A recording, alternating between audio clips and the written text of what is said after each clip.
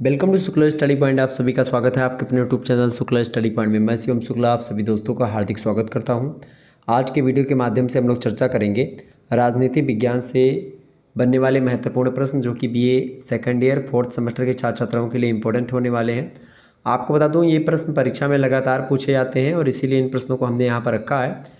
राजनीति विज्ञान BA fourth semester में आपको क्या पढ़ना होता है, आपको खास करके वेस्टर्न पॉलिटिकल थिंकर्स के बारे में जानना होता है, उनके विचारों के बारे में, पाश्चात्य राजनीतिक विचारक के बारे में आपको पढ़ना होता है या पाश्चात्य राजनीतिक चिंतन के बारे में, ठीक है, आपको जानना होता है। और मैं ऑलरेडी मॉडल पेपर दे चुका हूं आप लोगों को और कुछ प्रश्न जो होते हैं आपकी परीक्षा में जो लगातार पूछे जाते हैं उन्हीं की श्रृंखला चल रही है। इससे पहले आप लोगों ने देखा होगा जियोग्राफी की एक वीडियो मैंने दी हुई है, तो आज रात 8 बजे से उसको आप लोग देख ही रहे होंगे। तो चर्चा करने का प्रयास हम करते हैं। राजनीति विज्ञान बीए फोर्थ सेमेस्टर से बनने वाले बहुत महत्वपूर्ण और ख़ास करके प्रश्न जो कि प्लेटो से बनने वाले हैं, ठीक है। तो प्लेटो से कौन कौन से प्रश्न आपकी परीक्षा में बनेंगे उनके बारे में हम जानेंगे। और परीक्षा में ऐसा नहीं कि ऑब्जेक्टिव टाइप के प्रश्न, ये प्रश्न जो होंगे लिखित टाइप के प्रश्न होंगे, ठीक है।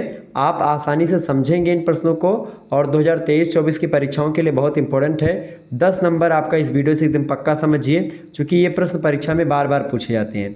तो आइए चर्चा करने का प्रयास करते हैं कौन कौन से ऐसे प्रश्न हैं जो कि प्लेटो से बनते हैं और उन प्रश्नों को आप कैसे समझ सकते हैं।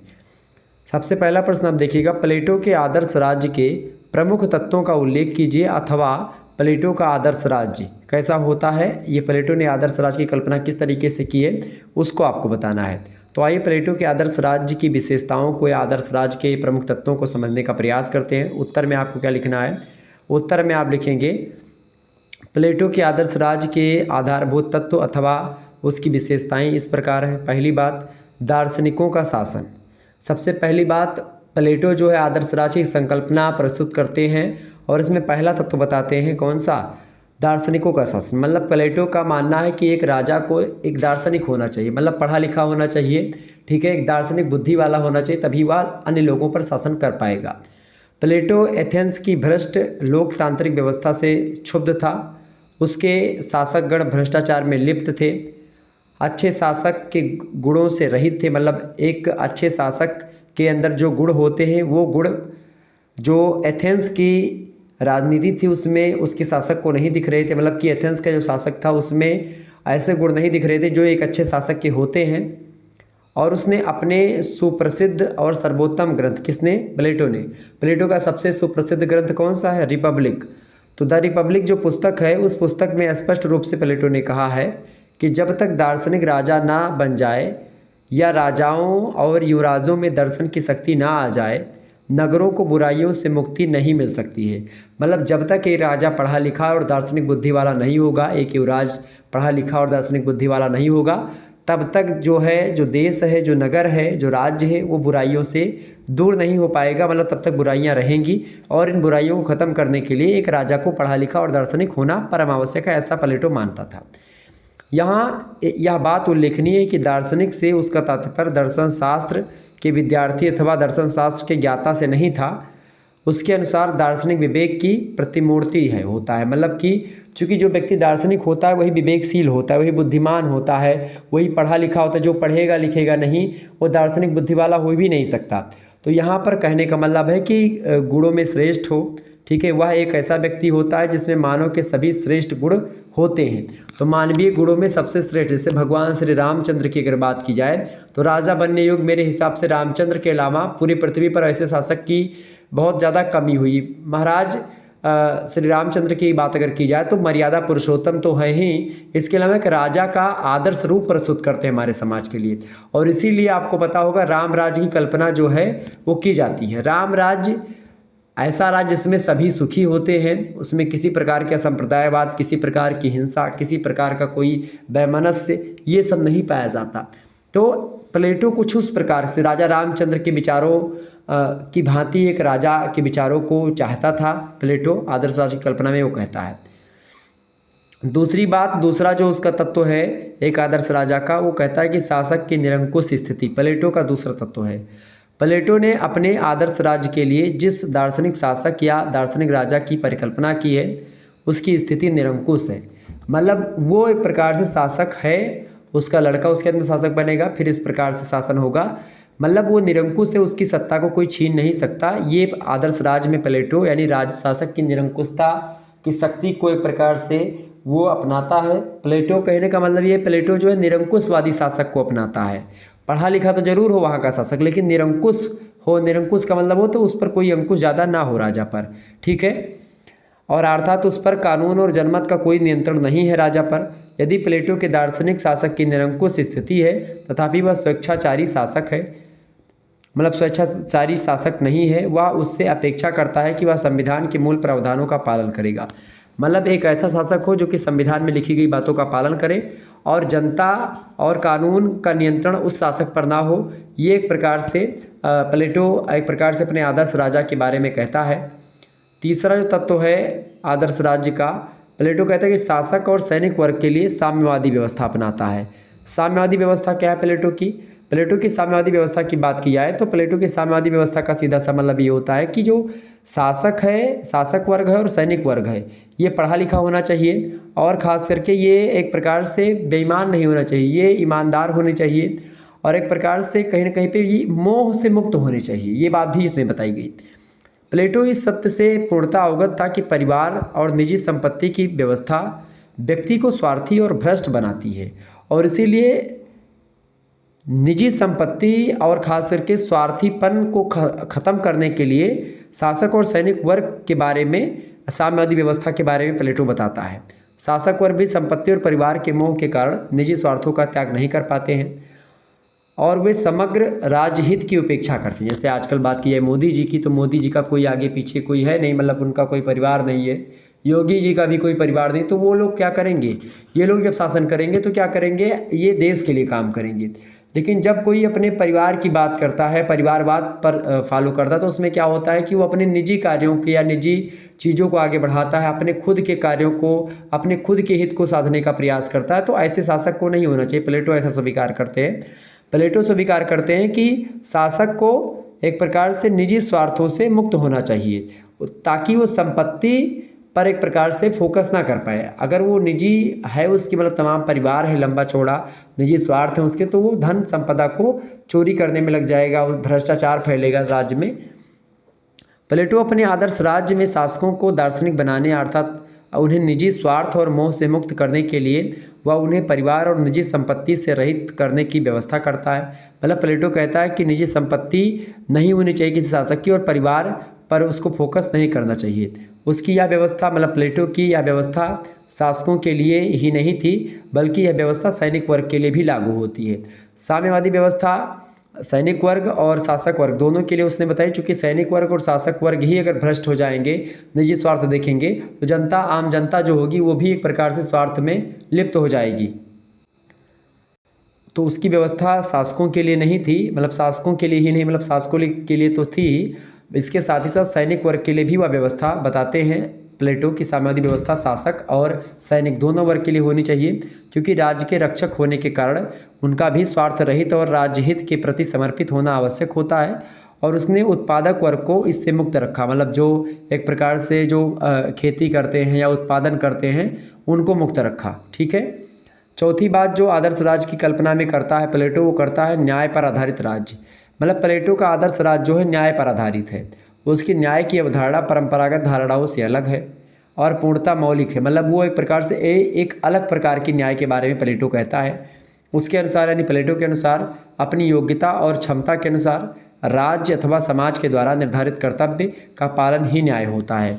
मतलब कि जो राज्य के या अपनी योग्यता, आपकी योग्यता जितनी है और आपकी क्षमता जितनी है, उसके हिसाब से राज्य अथवा समाज के द्वारा जो निर्धारित कर्तव्य हैं उनका पालन अगर कोई व्यक्ति करता है तो वो एक प्रकार से वही न्याय होता है।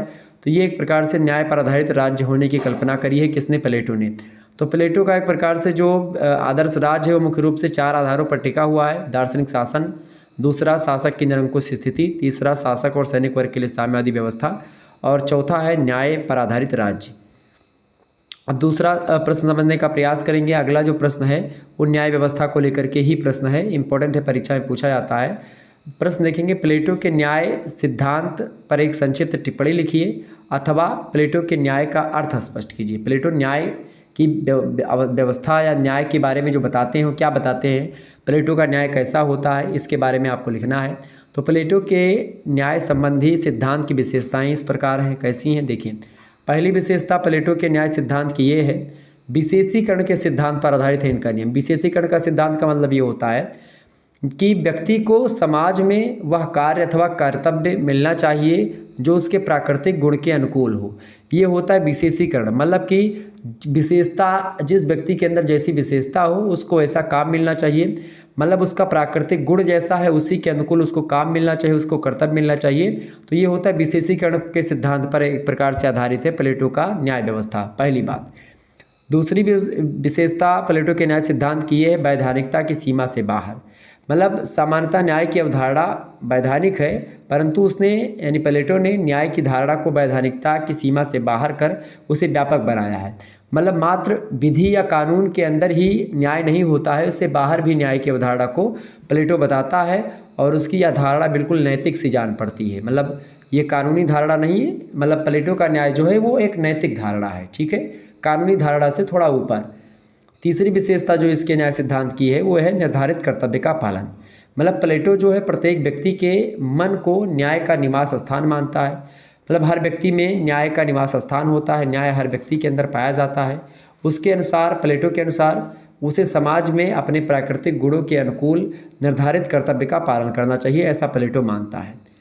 चौथी विशेषता ये है प्लेटो के न्याय सिद्धांत की कि प्राकृतस्थ गुणों के आधार पर समाज का वर्गीकरण किया गया प्रकृति के हिसाब से। प्लेटो समाज का व्यक्तियों के प्राकृतस्थ गुणों के आधार पर वर्गीकरण करता है।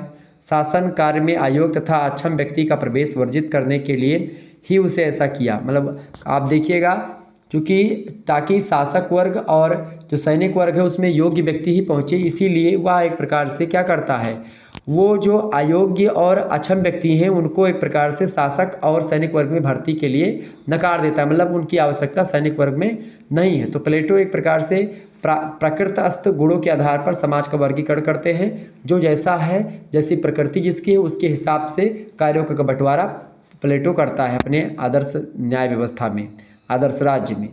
पांचवा जो विशेषता है इनके न्याय व्यवस्था की वो है कि अनावश्यक प्रतियोगिता का विरोध करते हैं। ये प्लेटो का यह सिद्धांत व्यक्तियों में आत्मसंयम और मनोरोग की भावना पैदा करता है। यह अनावश्यक प्रतियोगिता पर रोक लगाता है प्लेटो का जो न्याय सिद्धांत है, क्योंकि इससे समाज के स्वार्थ और लोभ को बढ़ावा मिलता है, जिसके परिणाम स्वरूप भ्रष्टाचार, अराजकता, अशांति एवं अव्यवस्था को प्रबल, मतलब उसको बल प्राप्त होता है। और छठवीं जो विशेषता है न्याय व्यवस्था की प्लेटो की वो है आत्मत्यागी, मतलब यह व्यक्ति में कर्तव्य बोध की भावना पैदा करके उसे आत्मत्यागी बनाता है न्याय। तो प्लेटो का न्याय जो है वो आत्मत्यागी बनाता है कर्तव्य बोध की भावना को जगा करके, ठीक है। तो एक प्रकार से प्लेटो की न्याय व्यवस्था के बारे में चीज़ें थीं जो कि मैंने आपको बताई। तीसरा जो प्रश्न है वो भी इम्पोर्टेंट है, परीक्षा में पूछा गया है, कई बार ये प्रश्न पूछा गया, तो इसको जानने का प्रयास करते हैं हम। चलिए चर्चा करते हैं भाई। एक बार फटाफट से आप लोग वीडियो को लाइक और शेयर कर दीजिएगा ताकि इसी प्रकार से और वीडियो में देता रहूँ।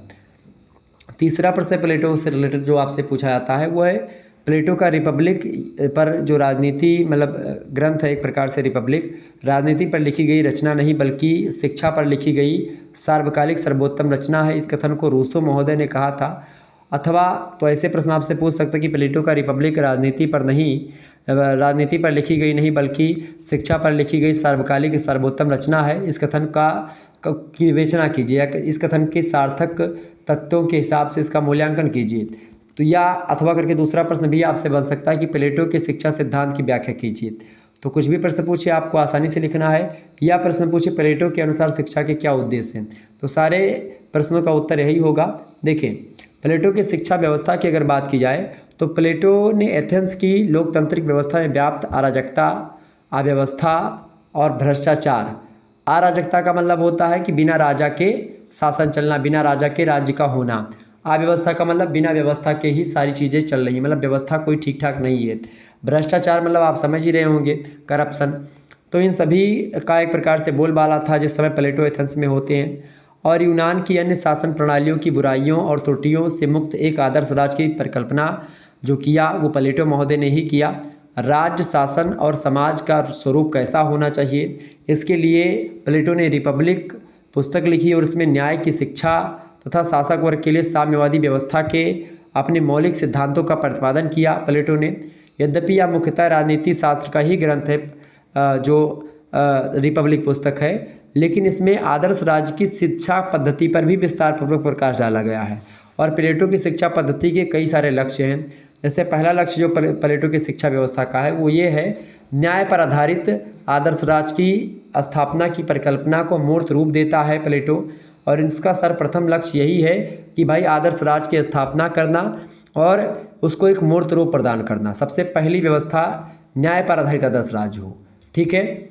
दूसरी बात, इसकी मान्यता यह है कि न्याय की स्थापना तभी संभव है जब व्यक्तियों के नैसर्गिक गुणों का विकास तथा उनके अनुरूप समाज में उनके कर्तव्यों का निर्धारण और उनका पालन हो सकेगा। तीसरी बात जो एक प्रकार से प्लेटो कहता है कि इसका लक्ष्य यानी कि इसके शिक्षा व्यवस्था का, प्लेटो की शिक्षा व्यवस्था का लक्ष्य विशेष रूप में शासक तथा सैनिक वर्गों के गुणों का विकास करना है। चौथा लक्ष्य यह है कि कर्तव्य पालन के लिए चरित्र निर्माण को वह आवश्यक मानता है और यही कारण है कि उसने इसे भी अपनी शिक्षा पद्धति का लक्ष्य निर्धारित किया है। इसके साथ ही साथ जो पांचवा लक्ष्य शिक्षा का, प्लेटो की शिक्षा व्यवस्था का, वो ये है कि कर्तव्य पालन की भावना शिक्षा के साथ साथ भाषा का विकास, मतलब भावना का विकास करना भी इसका लक्ष्य है। और इसकी शिक्षा व्यवस्था पद्धति जो है वो सकारात्मक साधक के रूप में है। तो कहीं ना कहीं पे शिक्षा व्यवस्था के द्वारा ही एक प्रकार से आदर्श राज्य की संकल्पना प्रस्तुत करने की बात जो प्लेटो हैं वो करते हैं। प्लेटो के समय यूनान में दो प्रकार की शिक्षा पद्धतियाँ प्रमुख थीं। उनमें से एक एथेंस और दूसरी स्पार्टा की शिक्षा व्यवस्था थी।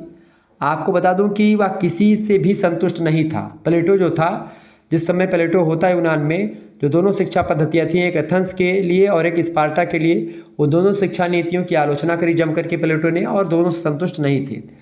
इसीलिए प्लेटो महोदय ने अपनी शिक्षा पद्धति की दोनों की त्रुटियों से मुक्त और उसमें अच्छाइयों का समन्वय किया है। और ऐसा कर उसने एक मौलिक शिक्षा पद्धति की रूपरेखा प्रस्तुत करी जिसका लक्ष्य व्यक्ति के व्यक्तित्व का सर्वांगीण विकास तथा राज्य को न्याय पर आधारित होना था, ऐसा प्लेटो कहता है। और वह शिक्षा पर राज्य के पूर्ण नियंत्रण का पक्षधर था। मतलब शिक्षा राज्य पर अगर नियंत्रण रखती तो इसमें कोई दो राय नहीं, मतलब ये उसके लिए जायज़ बात है। मतलब शिक्षा राज्य पर नियंत्रण कर सकती है, ऐसा प्लेटो एकदम से कहते हैं कि ठीक बात है। उसकी शिक्षा पद्धति प्लेटो की, उसमें शिक्षा एक अनवरत प्रक्रिया है। उसने उसे मुख्यतः दो भागों में बांटा है शिक्षा पद्धति को। पहला प्रारंभिक शिक्षा और दूसरा उच्च शिक्षा। प्रारंभिक शिक्षा के लिए 4 साल से लेकर के 20 साल तक की आयु जो है वो प्रारंभिक शिक्षा होती थी। और इसमें उसने सभी व्यक्तियों के लिए अनिवार्य शिक्षा बताया कि 4 से 20 साल तक बच्चा पढ़ेगा, हर व्यक्ति पढ़ेगा। उसने लोगों की भावनाओं और उनके संवेगों को संतुलित करके उनका चरित्र निर्माण करना इसका लक्ष्य निर्धारित किया। और इसी के साथ ही साथ उसने बच्चों में सैनिक गुणों का विकास भी लक्ष्य निर्धारित किया है। और इसे भी उसने दो भागों में बांटा है। सबसे पहली बात उसने क्या किया, उसने ये किया कि 4 से 18 वर्ष तक की आयु की शिक्षा और दूसरा 18 से 20 वर्ष तक की आयु की शिक्षा। पहली शिक्षा योजना की अगर बात करें तो उसमें व्यायाम और संगीत मुख्य विषय हैं। व्यायाम शारीरिक विकास तक ही सीमित नहीं था, इसे उसके व्यापक अर्थ में लिया गया। कसरत के जरिए शारीरिक विकास के साथ साथ मानसिक गुणों और चरित्र का विकास भी होता है और इसी विकास को ध्यान में रखा प्लेटो ने। और संगीत को मन को स्वस्थ रखने के लिए एक प्रकार से एक साधन बताया प्लेटो ने कि अगर संगीत कोई व्यक्ति सुनेगा तो उससे क्या होगा, उसका मन शांत रहेगा और वो एक प्रकार से अच्छा काम कर पाएगा और एक अच्छे समाज की कल्पना हो सकेगी। तो प्लेटो ये पहले प्रकार की शिक्षा में बताते हैं और दूसरे प्रकार की शिक्षा 20 साल के बाद वाली जो शिक्षा होती है वो, ठीक है। चौथा जो प्रश्न है वो है प्लेटो के साम्यवाद संबंधी विचारों का परीक्षण कीजिए अथवा प्लेटो के साम्यवाद सिद्धांत की व्याख्या कीजिए। प्लेटो के साम्यवाद की जब हम बात करते हैं तो आदर्श राज्य की स्थापना के अपने लक्ष्यों की पूर्ति को प्लेटो केवल शिक्षा रूपी सकारात्मक साधन तक ही सीमित नहीं करते हैं, बल्कि इसके लिए उसने नकारात्मक साधन को भी एक योजना के रूप में प्रस्तुत किया। मतलब सकारात्मक या नकारात्मक किसी भी साधन का प्रयोग करके आप क्या करो, आप एक प्रकार से शासन न्याय पर आधारित बनाओ, ऐसा मानना था प्लेटो का। और प्लेटो की अगर बात की जाए तो प्लेटो महोदय जो हैं ये एक प्रकार से नकारात्मक साधन को भी एक प्रकार से बताते हैं कि ये भी एक योजना का ही भाग होता है, जिससे विद्वानों ने प्लेटो का साम्यवाद कहा है और उसका साम्यवादी सिद्धांत कहा है खास करके। और प्लेटो महोदय का जो साम्यवादी सिद्धांत है वो आदर्श राज्य की कल्पना प्रस्तुत करते समय ही बता दिया था उसने। यहाँ यह बात उल्लेखनीय है कि उसने अपनी योजना को कहीं भी साम्यवाद की संज्ञा नहीं दी है। वह इस बात से सशंकित था कि संपत्ति और परिवार के मोह के कारण शासक वर्ग पदभ्रष्ट हो जाएंगे, कर्तव्यच्युत हो जाएंगे। कर्तव्यच्युत मतलब क्या होता है? पदभ्रष्ट माने होता है अपने पथ से हट जाएंगे, जो काम उनका है वो काम नहीं कर पाएंगे, जो उनका मूल कर्तव्य है उन कर्तव्यों का पालन नहीं कर पाएंगे, और उसको यह भी डर था कि वो कर्तव्य से मतलब अपने कर्तव्य से हट जाएंगे। ठीक है, कर्तव्यच्युत मतलब कर्तव्य से हट जाना। और इस वर्ग की तरह ही वह सैनिक वर्ग भी पथभ्रष्ट हो जाएगा। कर्तव्यच्युत होने से रोकने के लिए उसने एक प्रकार से साम्यवाद की विचारधारा को बताया। समाज में शांति एवं व्यवस्था की स्थापना तथा उसके विकास के लिए वह अभिभावक वर्ग अर्थात शासक और सैनिक वर्गों का चरित्रवान, ईमानदार और कर्तव्यनिष्ठ होना अनिवार्य मानता है प्लेटो। और इस लक्ष्य की पूर्ति के लिए उसने इन दोनों वर्गों के लोगों को संपत्ति और परिवार के मोह से मुक्त करने की एक योजना प्रस्तुत करी, जिसे उसका साम्यवाद कहा जाता है। आपको बता दूं प्लेटो का जो साम्यवाद है उसके स्वरूप की अगर बात की जाए तो प्लेटो के साम्यवाद का रूप आधुनिक साम्यवाद की तरह आर्थिक और सामाजिक ना होकर के विशुद्ध राजनीतिक है, मतलब एकदम से राजनीतिक है, सामाजिक और आर्थिक नहीं है। उसने आर्थिक और सामाजिक शोषण की समाप्ति तथा समाज में आर्थिक एवं सामाजिक समानता और न्याय की स्थापना नहीं, अपितु शासक एवं सैनिक वर्गों के लोगों को भ्रष्टाचार से मुक्त करने के लिए, उन्हें चरित्रवान और कर्तव्यनिष्ठ बनाने के लिए साम्यवादी योजना जो थी वो प्रस्तुत करी थी। और यह एक नकारात्मक व्यवस्था थी, साम्यवादी व्यवस्था इसकी, अर्थात यह शासक और सैनिक वर्गों को परिवार एवं संपत्ति की मोह से मुक्त करने की व्यवस्था है। नेटलशिप के अनुसार, नेटलशिप एक विद्वान है, वो कहते हैं प्लेटो के बारे में कि प्लेटो का साम्यवाद शिक्षा के द्वारा निर्मित प्रवृत्तियों को प्रभावशाली बनाने के लिए एक साधन के रूप में है, और वह दो भागों में बटा हुआ है। पहला भाग है संपत्ति संबंधी साम्यवाद, दूसरा है परिवार संबंधी साम्यवाद। मतलब एक तो परिवार, अगर परिवार से मोह विरक्त रहेगा व्यक्ति तो अच्छे तरीके से काम कर पाएगा। एक संपत्ति को अगर नहीं, संपत्ति से मोह नहीं होगा तो भी वो अच्छे तरीके से शासन का काम संभाल सकता है।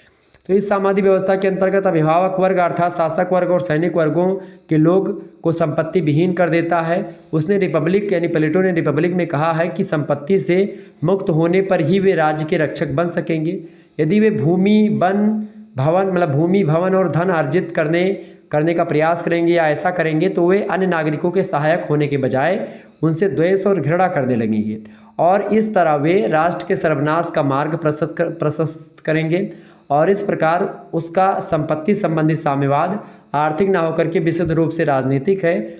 वह अभिभावक वर्ग को लोभ, मोह और भोग इन तीनों की लालसा से मुक्त करने का प्रयास प्लेटो करता है, ताकि वे राज्य की एकता, सुदृढ़ता, सुव्यवस्था को बनाए रखने के लिए एक प्रकार से उपयोगी हो, और सुव्यवस्था के लिए अपने कर्तव्य का समुचित ढंग से पालन कर सके शासक और सैनिक वर्ग। इसलिए साम्यवादी व्यवस्था रूसो की प्रासंगिक जान पड़ती है। पांचवा जो प्रश्न है वो भी इम्पोर्टेंट है, आपकी परीक्षा की दृष्टि से देखने का प्रयास करेंगे, इम्पोर्टेंट है। एक बार फटाफट से आप लोग वीडियो को लाइक और शेयर कर दीजिए। पांचवा प्रश्न है, संपत्ति के साम्यवाद के विषय में प्लेटो के विचारों की चर्चा कीजिए अथवा प्लेटो के संपत्ति के साम्यवाद के उद्देश्य का उल्लेख कीजिए। बढ़िया प्रश्न है, एग्जाम में आता रहता है प्रश्न। देखिए, प्लेटो ने मनोवैज्ञानिक, दार्शनिक और राजनीतिक और व्यवहारिक आधारों पर अपनी इस व्यवस्था का समर्थन किया है।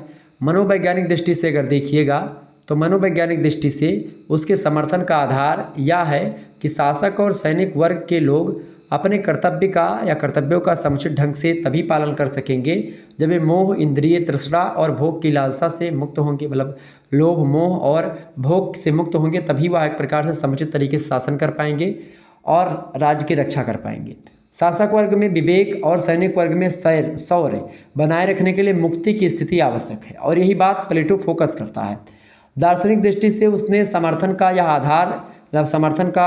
आधार यह है कि शासन का कार्य एक विशेष तथा सर्वाधिक महत्वपूर्ण कार्य है, और इसमें बाधा पैदा करने वाले तत्वों से शासक को मुक्त होना चाहिए, और बाधा करने वाले तत्व जो हैं वो मोह, लोभ और भोग है। प्लेटो धन को एक ऐसा ही तत्व मानता है, और वह शासक वर्ग एवं सैनिक वर्ग की इससे मुक्ति की योजना प्रस्तुत करता है। राजनीतिक दृष्टि से उसके समर्थन का आधार यह है कि शासन सर्वाधिक गुण संपन्न व्यक्तियों के हाथ में होना चाहिए। संपत्ति का मोह और उसकी लालसा गुणों का अंत कर देती है।